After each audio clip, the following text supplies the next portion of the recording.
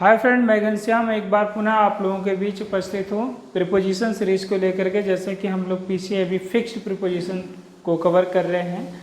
Normal preposition जो हम पहले कई वीडियोज में पढ़ चुके हैं और पिछले 2 वीडियो में हम फिक्स्ड प्रीपोजिशन की बात कर रहे हैं। तो आज उसी फिक्स्ड प्रीपोजिशन का मैं थर्ड पार्ट लेकर के आया हूँ। तो आज देखेंगे कि हम लोग फिक्स्ड प्रीपोजिशन किस प्रकार से यूज होते हैं। और क्योंकि कई बार ऐसा होता है कि हम लोग भाव के अकॉर्डिंग अगर प्रीपोजिशन लगाते हैं तो वहाँ पे गलत होने के ज़्यादा चांसेस आ जाते हैं और हमें समझ नहीं आता है कि आखिर ये गलत क्यों हुआ। तो उस तरह के कई हमारे पास प्रीपोजिशन हैं जो वर्ब के साथ, नाउन के और एडजेक्टिव के साथ फिक्स होते हैं। तो उन्हें हमें रटना ही पड़ता है और का कोई सलूशन नहीं है, क्योंकि अगर भाव के अनुसार समझ के लगाने की कोशिश करेंगे तो कई बार ये प्रीपोजिशन आपसे गलत हो जाएंगे। तो चलिए उन चीज़ों की गलतियों से बचने के लिए आज मैं आपको, जैसे कि पार्ट 1 भी मैंने बनाया है प्रीपोजिशन फिक्स्ड वाले का और पार्ट 2 भी मैंने बनाया है, तो आज मैंने पार्ट 3 आपके सामने लेकर आया जो ताकि मैक्सिमम आप कवर कर लें कि फिक्स्ड प्रीपोजिशन किस तरह से यूज होता है। तो चलिए बिना देर करते हुए हम लोग चलते हैं और सीखते हैं क्या कुछ हमें मिलता है फिक्स्ड प्रीपोजिशन में। तो आज हम तीसरा पार्ट जैसे कि कवर कर रहे हैं। तो जी दोस्तों, बने रहेंगे वीडियो में। अगर आप फिक्स्ड प्रीपोजिशन सीखना चाहते हैं और अपने प्रीपोजिशन से होने वाली गलतियों से बचना चाहते हैं तो आप इस वीडियो में अंत तक बने रहिए। तो थैंक यू सो मच। चलिए देखते हैं क्या है। तो जैसे कि यहाँ पे पहला सेंटेंस है, जैसे कि मैं सेंटेंस के माध्यम से सिखाने वाला हूँ। तो पहला सेंटेंस अगर यहाँ पे हम लोग देखें तो यहाँ पर लिखा हुआ है ही इज डीलिंग। अगर इससे पहले बात करें तो ऊपर वाली हेडिंग तो पुरानी है, फिर भी आपको बताते हैं कि फिल इन द ब्लैंक मतलब क्या है कि जो खाली स्थान है ना उसको भरना है। विद किससे भरना है? से भरना है। फिक्स्ड मतलब जो निर्धारित है। प्रीपोजिशन मतलब तो आपको पता है संबंध वाले अव्यय बोले जाते हैं। तो मतलब कि आपको फिक्स्ड प्रीपोजिशन लेकर के भरना है। तो देखना है कि कहाँ पे कौन सा फिक्स्ड प्रीपोजिशन हमारे साथ बनता है। तो देखिए हम लोग पहले वाले सेंटेंस की अगर बात करें तो यहाँ पे हमारे पास है ही इज डीलिंग बिजनेस और ट्रेड। नेक्स्ट है हमारे पास ये भी है कि ही इज डीलिंग। तो यहाँ पे दोनों में कोई अंतर नहीं है। डीलिंग मोहन। तो देखिए यहाँ पे डील हमारा वर्ब है, ठीक है। तो डील के साथ अगर आगे सामने देखें, डील अगर आप डीलिंग कर रहे हैं ना, अगर बिजनेस में डीलिंग हो रही है या तो ट्रेड मीन्स बोलो तो व्यापार, यदि बिजनेस में या व्यापार में डीलिंग हो तो आपको लगाना पड़ेगा उसके सामने प्रीपोजिशन इन लगाना पड़ेगा। क्या लगाना पड़ेगा? इन। तो बिल्कुल यहाँ पे सटीक यहाँ पे आप देख पाएंगे। जी हाँ, ये अंडरलाइन में कर रहा हूँ ताकि हाईलाइट रहे। तो देखेंगे कि जब आप जो डीलिंग करेंगे, अगर बिजनेस में करेंगे या ट्रेड में करेंगे तो आप हमेशा प्रीपोजिशन क्या लगाएंगे? डील के साथ आप इन लेंगे। लेकिन वहीं पे आपको केयरफुल रहना है, बिल्कुल सावधान रहना है कि अगर आप डीलिंग किसी व्यक्ति से कर रहे हैं, ठीक है, अगर आप डीलिंग किसी व्यक्ति से कर रहे हैं तो वहाँ पर जो डील के साथ आएगा प्रीपोजिशन, वो प्रीपोजिशन आप लेंगे विद। क्या लेंगे? विद। तो बिल्कुल ये सही बात है और बहुत ही सटीक आपने इसको समझ लिया कि अगर बिजनेस या ट्रेड में अगर डीलिंग हो रही है तो डील के साथ प्रीपोजिशन क्या आएगा? इन। लेकिन अगर आप कोई डीलिंग कर रहे हैं, किसी व्यक्ति से कर रहे हैं, तो आप वहाँ पे क्या लेंगे? आप वहाँ पे लेंगे अपना प्रीपोजिशन विद। तो याद रखेंगे इसे, डील इन भी होता है, डील विद भी होता है, ठीक है। डील इन बिजनेस और डील विद पर्सन, याद रखेंगे। चलिए, मुझे उम्मीद है बहुत बढ़िया समझ रहे हैं। तो हम आगे चलते हैं। देखिए अब यहाँ पे नेक्स्ट एग्जांपल हम लेते हैं, जैसे कि थर्ड वाले की अगर बात करें तो यहाँ पे ये लिखा हुआ है कि राम इज मच एग्रावेटेड। तो यहाँ जो एग्रावेट है इसका हिंदी अर्थ होगा उग्र। क्या होगा? इसका हिंदी अर्थ होगा उग्र, ठीक है। तो राम इज मच अग्रावेटेड मतलब राम अधिक उग्र हुआ। हिज डिफीट किस पे? अपनी हार पे। तो क्या कर देंगे? तो यहाँ पे एट लगाएंगे। जब वो अपनी हार पर क्या हुआ है? उग्र हुआ है। जाहिर सी बात है, जब कोई हारता है तो खुशियाँ थोड़ी ना मनाता है, थोड़ा सा उग्र स्वभाव हो ही जाते हैं। तो वो जो यहाँ पे बताया गया कि Ram is much aggravated his defeat, तो मतलब अगर वो किसी चीज से उग्र हुआ है तो वहाँ पे आप आप एट लगाएंगे एग्रावेट के साथ। लेकिन समझिए, अगर ये नेक्स्ट एग्जाम्पल भी है हमारे पास, राम इज मच अग्रेवेटेड, मतलब यहाँ है बिगड़ना। बिगड़ना मतलब कि एकदम वही उग्रता में ही आना। हिज एनमी, अगर आप किसी के साथ उग्र हो जाते हैं या किसी के साथ आप बिगड़ जाते हैं, बिगड़ना और उग्र होना लगभग एक ही चीज़ है कि आप उग्र हो जाते हैं, किसी से उग्र होते हैं, तो वहाँ पर आप लगाएंगे विद। क्या लगाएंगे? विद। बिल्कुल सटीक कि अगर किसी चीज से उग्र हुआ तो एग्रेवेटेड के साथ, यानी एग्रेवेट के साथ एट आएगा। अगर किसी व्यक्ति से उग्र हुआ तो फिर विद आएगा। जी दोस्तों, आप बहुत बढ़िया तरीके से समझ रहे होंगे इस बात को कि फिर से मैं इसे रिपीट करता हूं, किसी से उग्र, किसी चीज से उग्र होना तो एट लगाना, किसी से उग्र होना तो क्या लगेगा? एग्रेवेट के साथ विद लगेगा। ठीक है, तो चलिए हम आगे चलते हैं। और अब नेक्स्ट एग्जांपल हम लेते हैं यहाँ पे, राकेश इज फेमिलियर। फेमिलियर का अर्थ क्या होता है? परिचित। दिस इवेंट, इस घटना। तो यहाँ है फिर नेक्स्ट, यानी कि 5th नंबर और 6th नंबर। ठीक है, राकेश इज फेमिलियर, ये भी सेम है। मी, मतलब यहाँ अगला है, मतलब 5वें नंबर पे कहा जा रहा है कि Rakesh is familiar this event, और 6 नंबर पे कहा जा रहा है कि राकेश इज फेमिलियर मी, अर्थात 5वां नंबर कहना चाह रहा है राकेश इस घटना से परिचित है, और 6ठा नंबर कहना चाह रहा है राकेश मुझसे परिचित है। दोनों में क्या अंतर है? देखिए, अगर कोई किसी घटना से, किसी काम से परिचित हो तो वहाँ फेमिलियर के साथ आप लगाएंगे क्या? वहाँ आप फेमिलियर के साथ लगाएंगे फॉर। अगर किसी घटना से या किसी काम से, किसी एक्शन से कोई अगर परिचित हो तो वहाँ पे फेमिलियर के साथ लगाते हैं हम फॉर। क्या लगाएंगे? फॉर लगाएंगे। बिल्कुल, बहुत बढ़िया, एकदम समझ रहे हैं। ठीक है, लेकिन अगर हम किसी से परिचित हैं, अगर हम किसी से परिचित हैं, इन इंग्लिश हम फेमिलियर हैं किसी से, किसी पर्सन से, किसी व्यक्ति से, तो वहां पे आएगा फेमिलियर के साथ आएगा आपका टू। इसे रटना पड़ेगा। यहाँ पे क्या आएगा आपका? ये आएगा आपका टू। ठीक है, बहुत बढ़िया समझ रहे होंगे कि अगर किसी घटना से या किसी चीज से परिचित होंगे तो हम फॉर लगा देंगे, अगर हम किसी से परिचित होंगे, किसी व्यक्ति से परिचित हुए तो टू लगा देंगे। बहुत बढ़िया, चलिए बहुत अच्छा सीख रहे हैं, आगे बढ़ते रहिए। नेक्स्ट देखिए 7 वाला, यू आर गिल्टी। गिल्टी मतलब होता है अपराधी।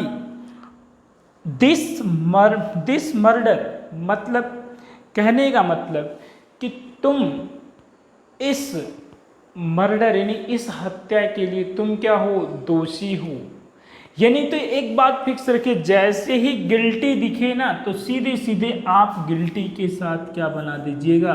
ऑफ, और इसे रट्टा मार लीजिए, गिल्टी ऑफ, गिल्टी ऑफ 2-3 बार कह लीजिए, ये अपना बन जाएगा हमेशा के लिए, और एग्जाम में आएगा तो करेक्ट हो जाएगा।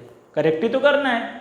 ठीक है, चलिए नेक्स्ट चलते हैं। अब बात करते हैं 8वें नंबर पे मोहन बाबू से मिलते हैं। तो मोहन इज पोलाइट, मोहन क्या है? विनम्र है, बहुत सीधे साधे हैं, उससे हमसे क्या लेना है? हमको तो प्रीपोजिशन से ही करना है। तो चलिए प्रीपोजिशन से ही करते हैं। तो ये देखिए, मोहन इज पोलाइट 8वें नंबर पे भी और 9वें नंबर पे भी, यानी 8 पे भी 9 पे भी मोहन इज पोलाइट, दोनों जगह मोहन पोलाइट है। ठीक है, लेकिन आगे बताया गया कि मोहन एक है तौर तरीके, मैनर मीन्स क्या होता है? ढंग या तौर तरीके, यानी मोहन जो है वो ढंग और तौर तरीके से कैसा है? विनम्र है। अब यहाँ क्या है? आल, मोहन सभी के लिए विनम्र है। तो फर्क देखिए, जब बात आएगी विनम्रता दिखाने की मैनर में, तो मैनर में अगर विनम्रता दिखाई जाए तो यहाँ पे इन प्रीपोजिशन लगेगा। पोलाइट इन, क्या याद रखेंगे? पोलाइट इन मैनर, दोनों को साथ जोड़ दीजिए, पोलाइट इन मैनर। लेकिन अगर वो मैनर तो है ही है, लेकिन अगर वो किसी के लिए पोलाइट है, किसी भी व्यक्ति के लिए अगर पोलाइट हुआ तो इन पर्सन नहीं, टू पर्सन। क्या याद रखेंगे? टू पर्सन बोलेंगे। तो यहाँ हो जाएगा Mohan is polite to all. All मतलब सभी है, तो सब में तो आ ही जाएंगे पर्सन। तो फिर से जरा इस चीज पे ध्यान दीजिए, पोलाइट इन मैनर होता है, लेकिन पोलाइट टू ऑल कह लीजिए या तो आप पर्सन कह लीजिए, पर्सन्स क्या कह लीजिए, या तो आप पर्सन्स कह लीजिए। यानी कि अगर व्यक्ति से पोलाइट हुआ तो टू लगाना है, अगर ढंग या तरीके में पोलाइट हुआ तो इन लगाना है। इतना ही तो समझ जाना है। तो चलिए, मुझे उम्मीद है आप बहुत बढ़िया समझ रहे होंगे। तो देखते हैं, हम आगे चलते हैं और क्या कुछ यहाँ मिलता है हमें नेक्स्ट। और 10 नंबर की बात करनी है। कौन से नंबर की बात करनी है? 10 करनी है, पूरा मेंटेन बात करनी है। तो चले करते हैं। चलिए, बहुत बढ़िया, बने रहिए वीडियो में। देखिए नेक्स्ट हमारा है, he is responsible this child 10 पे, और 11 कहता है कि he is responsible his accident. बहुत बढ़िया। अब देखिए, रिस्पॉन्सिबल का हिंदी मतलब होता है जिम्मेदार, ठीक है। तो रिस्पॉन्सिबल के साथ 2 प्रीपोजिशन आएगा, एक तो टू आएगा और एक आएगा फॉर आएगा। तो देखिए, टू आप तब लगाइए जब आप किसी के लिए, जरा ध्यान से देखिए, किसी के लिए जिम्मेदार हो, ठीक।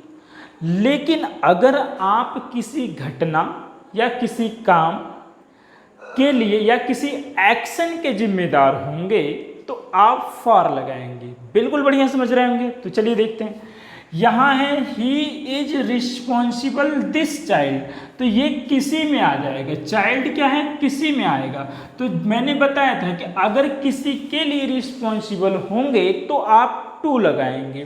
तो यहाँ पे क्या लगेगा? सीधे सीधे TO कर दिया जाए, टू।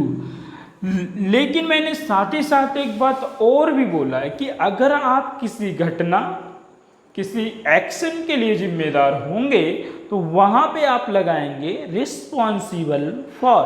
तो जैसा नेक्स्ट एग्जांपल हमारा है, ही इज रिस्पॉन्सिबल एक्सीडेंट। तो एक्सीडेंट एक एक्शन है, घटना है, तो इसके लिए आप लगाएंगे रिस्पॉन्सिबल फॉर। क्या लगाएंगे? रिस्पॉन्सिबल फॉर, याद रखेंगे। अब चलिए और आगे चलते हैं और भी फिक्स प्रीपोजिशन की बातें करते हैं। बहुत अच्छा लग रहा होगा आई थिंक आप लोगों को, क्योंकि यहाँ भाव नहीं देखना है, यहाँ वर्ड टू वर्ड के बीच का फिक्स प्रीपोजिशन को देखना है। Because it will make you sure and certain how we will use preposition in correct way. तो चलिए देखते हैं कि बॉलर 12 नंबर की बात करते हैं कि बॉलर अपील्स। अपील्स मतलब होता है आग्रह करना, ठीक है। तो बॉलर तो आग्रह करता ही है, ठीक है। किससे कर रहा है? अंपायर से। किसके लिए कर रहा है? विकेट के लिए। तो याद रखिए, अगर हम अपील किसी से करें, किसी से करें तो प्रीपोजिशन टू आएगा। लेकिन अगर हम अपील किसी चीज के लिए करें तो वहां पे फॉर आएगा। इसलिए आप देख रहे हैं कि अपील के आगे मैंने 2 ब्लैंक छोड़ रखा है। एक ब्लैंक अंपायर के यहाँ है और एक ब्लैंक हमारा विकेट के यहाँ है। अंपायर व्यक्ति है, अर्थात व्यक्ति से अपील करेंगे तो टू लगा देंगे। अगर किसी चीज के लिए, किसी काम के लिए अगर अपील करेंगे तो आप फॉर लगाएंगे। तो चलिए देखिए, तो बॉलर अपील्स करता है, किससे करता है? अंपायर से। अंपायर एक व्यक्ति है और व्यक्ति से अपील करने का मतलब हम क्या लगाते हैं? टू लगाएंगे। वही अपील्स वर्ड आप किसके लिए हुआ है? विकेट। विकेट एक चीज हो जाती है, तो इसलिए हम विकेट के पहले क्या लगा देंगे? फॉर लगा देंगे। बहुत बढ़िया, आपको समझ में आ गया कि अपील्स टू भी होता है, अपील्स फॉर भी होता है। टू तब होता है जब हम आग्रह किसी व्यक्ति से करते हैं, और अपील्स फॉर तब होता है जब हम किसी चीज के लिए अपील करते हैं। बहुत बढ़िया समझ रहे हैं। चलिए आगे बढ़ते, चलिए और भी सीखना है। तो नंबर 13 की बात करें, यानी कि नंबर 13 की बात करें, तो यहाँ मिलेगा आपको ही विल कंप्लेन। अरे भैया देखो, भैया शिकायत करेगा। करने दो शिकायत, हमको तो प्रीपोजिशन सीखना है ना। तो ही विल कंप्लेन, वो शिकायत करेगा, बहुत शरारती तो होगा। ही विल कंप्लेन, वो शिकायत करेगा, प्रिंसिपल से करेगा, यू तुम्हारे खिलाफ करेगा, तुम्हारी गलतियों के लिए करेगा। ठीक है, 3 जगह डॉट है, कंप्लेन के आगे 3 डॉट है, 3 ब्लैंक है, 3 ब्लैंक्स है ना। तो ये समझ जाइए कि जो हमारा कंप्लेन है वो 3 प्रीपोजिशन की डिमांड करेगा। तो 3 के सिचुएशंस भी तो होने चाहिए। तो कहाँ पे कैसे कंप्लेन के आगे क्या लगा दें, कुछ भी लगा दें, कंप्लेन विद कर दें, कंप्लेन टू कर दें, कुछ भी कर दें, ऐसा थोड़ी ना होता है। सिचुएशन जानिए, what is the condition to apply the right preposition. तो कैसे हम, क्या कंडीशन है कि हम राइट प्रीपोजिशन को अप्लाई कर पाएंगे, ठीक है, इम्प्लीमेंट कैसे करेंगे इस चीज़ को, चलिए देखते हैं। तो अगर मैं बताता हूँ कि अगर शिकायत व्यक्ति से करना है तो फिर तो टू लगेगा। बढ़िया से सुनिएगा, समझ जाएंगे बिल्कुल। व्यक्ति से शिकायत करना है तो कंप्लेन के साथ टू आएगा। कंप्लान मत पीने लगिए, कंप्लेन करना, शिकायत करना, ठीक है, कंप्लेन टू। अगर शिकायत के खिलाफ है, यानी वो भी व्यक्ति ही होगा लेकिन उसके के खिलाफ है, विरुद्ध है, मतलब जिसके खिलाफ करना है, तो उसके पहले आप अगेंस्ट लगाएंगे। ठीक है, समझ गए कि अगर व्यक्ति से करने जा रहे हैं तो जिससे करना है उसके सामने टू लगा दीजिए, और जिसके लिए करना है, जिसके खिलाफ जा रहे हैं, उसके खिलाफ क्या हो जाएगा, अगेंस्ट हो जाएगा। और जिस चीज का मतलब आप शिकायत करने जा रहे हैं, जिस चीज का, जिस गलती का या जिस भी चीज का शिकायत करना है, तो उसके पहले आप लगा सकते हैं ऑफ, सिंगल एफ वाला, या आप लगा सकते हैं अबाउट। ठीक है, तो चलिए अब देखते हैं क्या कुछ ऐसा है। बिल्कुल आप समझ गए होंगे। देखिए, ही विल कंप्लेन, वो कंप्लेन करेगा, प्रिंसिपल किससे करेगा, प्रिंसिपल से करेगा। तो जब से करेगा तो मैंने बताया है कि यहाँ पे से वाले की चीजों के लिए क्या आएगा, टू आएगा। ठीक है, अब आपके खिलाफ, यू मतलब आप होगा या तुम होगा, तो आपके खिलाफ, के खिलाफ और के विरुद्ध हुआ तो अगेंस्ट आ जाएगा। क्या आएगा, अगेंस्ट।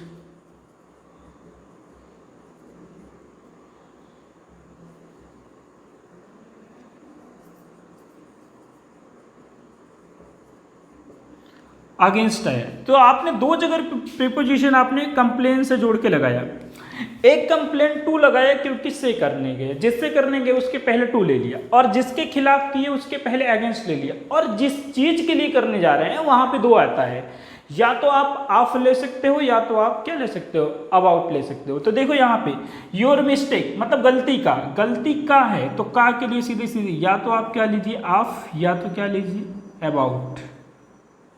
बिल्कुल, ये हुआ सटीक।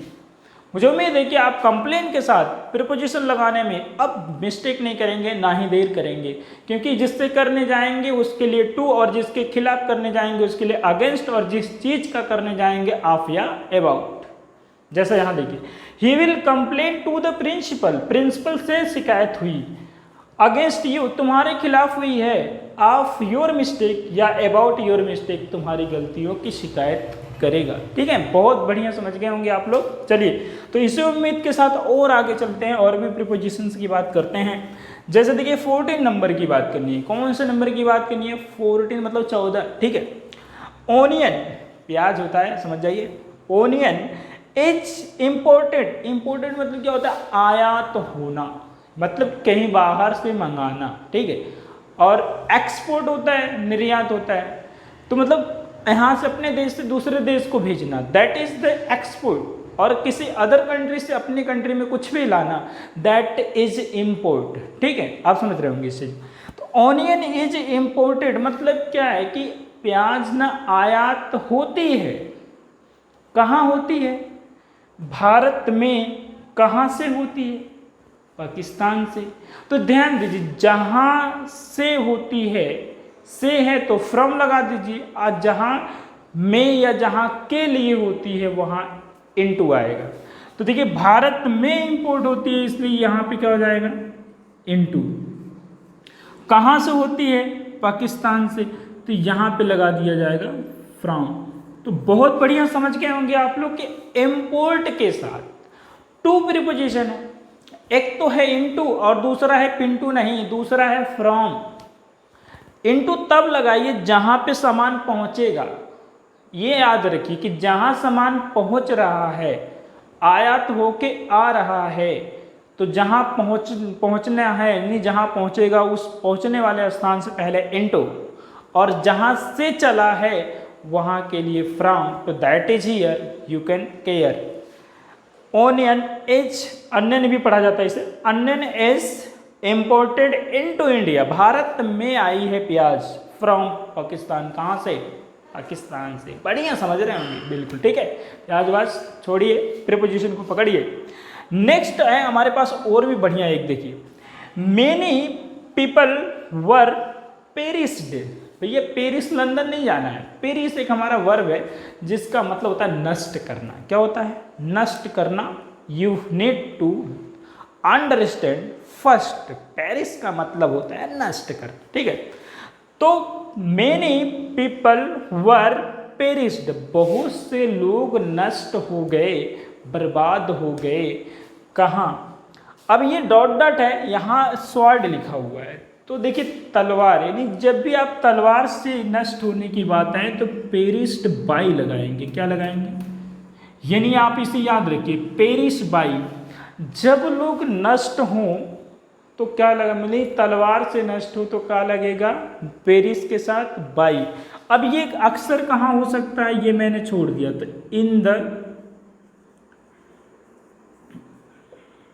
In the battle field,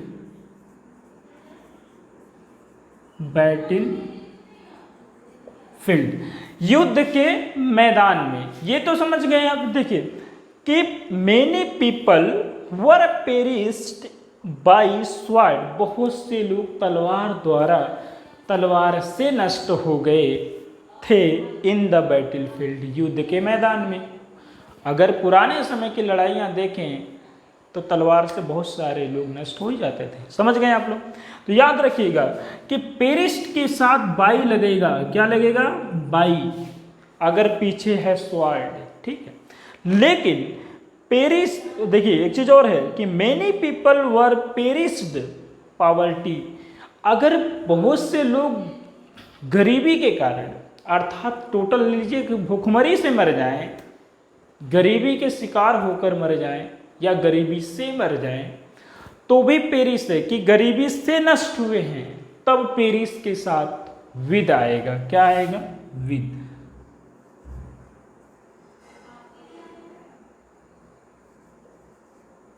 with आएगा। बहुत बढ़िया, आपने समझ लिया होगा। फिर से एक बात कुछ बता दूं कि जब पेरिस का अर्थ है नष्ट होना, नष्ट होना तलवार से है तो पेरिस के साथ बाई लगाना ना भूलें। और नष्ट यानी पेरिस से अर्थ है नष्ट होना, अगर वो नष्ट होना गरीबी के कारण है तो फिर विद लगाना ना भूलें। तो चलिए, ओवरऑल आई थिंक 16 प्रीपोजिशन यानी 16 फिक्स्ड प्रीपोजिशन आपने आज सीखा है इस सेशन में। तो चलिए, बिफोर गोइंग, मतलब जाने से पहले, we have a quick revision, एक हम क्विक रिवीजन रख लेते हैं। तो चलिए, लेट्स हियर। देखिए फंक्शन डीलिंग, डीलिंग 2 बार आया, तो डीलिंग अगर बिजनेस या ट्रेड में होगा तो इन, डीलिंग अगर किसी व्यक्ति से होगा तो विद लगाएंगे। अग्रावेट है, अगर किसी चीज से अगर आप एग्रावेट होते हैं, उग्र होते हैं, तो एट लगाना ना भूलें। एग्रावेट अगर आप किसी व्यक्ति से हो जाते हैं तो फिर विद लगाना ना भूलें। फेमिलियर, अगर किसी घटना, किसी चीज से, किसी एक्शन से फेमिलियर है तो फॉर लगा दीजिए। किसी व्यक्ति से फेमिलियर है तो टू लगाएंगे। गिल्टी है भैया तो आप लगाएंगे, गिल्टी ऑफ करके 2-3 बार बोल लीजिए गिल्टी ऑफ, गिल्टी ऑफ, ठीक है। पोलाइट, अगर आप विनम्र अपने ढंग या तौर तरीके से हैं, just in, polite in manner, manner में पोलाइट है तो इन लगा दीजिए। अगर आप सभी के लिए पोलाइट हैं तो टू लगेगा, पोलाइट टू ऑल या तो ऑल पर्सन हो जाएगा। यहाँ देखिए रिस्पॉन्सिबल, अगर रिस्पॉन्सिबल आप किसी के लिए होते हैं तो फिर आप टू लगाएंगे। रिस्पॉन्सिबल अगर आप किसी घटना के जिम्मेदार हैं या तो किसी एक्शन के जिम्मेदार हैं तो आप क्या लगाएंगे, फिर फॉर लगा देंगे रिस्पॉन्सिबल के साथ। नेक्स्ट जंप करके देखिए कि अगर अपील से, नहीं अपील अगर आप किसी व्यक्ति से करेंगे तो टू लगाएंगे, जैसा कि बॉलर अपील्स टू अंपायर। और किसी चीज़ के लिए अगर आप अपील करते हैं तो फिर आप क्या लगाएंगे, फॉर, यानी विकेट के लिए अपील है तो फॉर लगा दीजिए। नेक्स्ट देखिए कंप्लेन। कंप्लेन में मैंने 3 प्रीपोजिशन बताया है कि अगर किसी से कंप्लेन करने जा रहे हो तो आप टू लगा दीजिए, किसी के खिलाफ जा रहे हो तो अगेंस्ट लगा दीजिए, किसी चीज़ का कंप्लेन है तो आप लगाइए या तो अबाउट लगाइए। जैसा देखिए ही विल कंप्लेन, वो कंप्लेन करेगा टू द प्रिंसिपल, किससे, प्रिंसिपल से करेगा, अगेंस्ट यू, तुम्हारे खिलाफ करेगा, ऑफ या अबाउट योर मिस्टेक, तुम्हारी गलतियों के लिए करेगा। ठीक, बहुत बढ़िया। नेक्स्ट देखिए onion is imported into India from Pakistan. मैंने बताया इम्पोर्ट के साथ आप 2 प्रीपोजिशन लेते हैं, इनटू और फ्रॉम लेते हैं। इनटू तो हम वहाँ लगाइए जहाँ पे सामान आता है, और फ्रॉम वहाँ लगा दीजिए जहाँ से सामान आया है। ठीक है, तो जैसे प्याज हमारे इंडिया में आई है तो इनटू, और पाकिस्तान से आई तो फ्रॉम। समझ गए। चलिए नेक्स्ट देखिए, अब बात आती है लास्ट वाली कि many people were perished. Perish means बार बार मैं बता रहा हूँ नष्ट होना। अगर नष्ट होना तलवार के द्वारा नष्ट हुआ है तो फिर तो पेरिस 22 वर्ड कह लीजिए। इसे रट भी सकते हैं कि पेरिस 22 वर्ड, पेरिस 22 वर्ड। और एक दूसरा भी रट लीजिए ना, पेरिस विद पॉवर्टी, यानी गरीबी से कोई अगर नष्ट हुआ है तो पेरिस विद होगा, पेरिस विद पॉवर्टी, ये भी रट लीजिए। ये सब रटने वाली चीज़ है, because here is no use of the sense, यानी सेंस की जरूरत नहीं है, यहाँ पे वर्ड से कनेक्ट करना है प्रीपोजिशन को, यानी तभी तो कहा जाएगा फिक्स प्रीपोजिशन है। तो मुझे उम्मीद है दोस्तों कि इस सेशन से आप लोग बहुत ही बढ़िया तरीके से प्रीपोजिशन को समझ गए होंगे कि how we can use correct preposition with the help of word, यानी वर्ब, नाउन एंड एडजेक्टिव। तो इस वीडियो से बिल्कुल आप लोगों को प्रीपोजिशन का सटीक एक यूज आ जाएगा। अगर आप कंप्लीट फिक्स प्रीपोजिशन देखना चाहते हैं तो मेरी ही वीडियो में जाइए, पार्ट 1, पार्ट 2 और ये हमारी पार्ट 3 वीडियो है। तीनों पार्ट को अगर आप कवर करते हैं तो definitely and sure and certain है कि आप अपने एग्जाम में आने वाले fill in the blanks of the preposition को सर्टेन यानी 100% आप करेक्ट करके आएंगे। It's my hope and it's. चलिए तो नेक्स्ट अगर हम लोग अगर बातें करेंगे तो बाकी जो है प्रोसेस आज के लिए मेरे पास तो इतना ही है। तो उम्मीद है कि आप लोगों को ये सेशन पसंद आया होगा। तो यदि एक रिक्वेस्ट भी है साथ साथ कि यदि आपको वीडियो पसंद आती है तो लाइक, शेयर एंड सब्सक्राइब करना ना भूलें, ताकि ऐसी वीडियो आप तक और भी अच्छी से अच्छी पहुँचती रहे। तो आज के लिए इतना ही है। Thank you so much, bye bye for giving your time.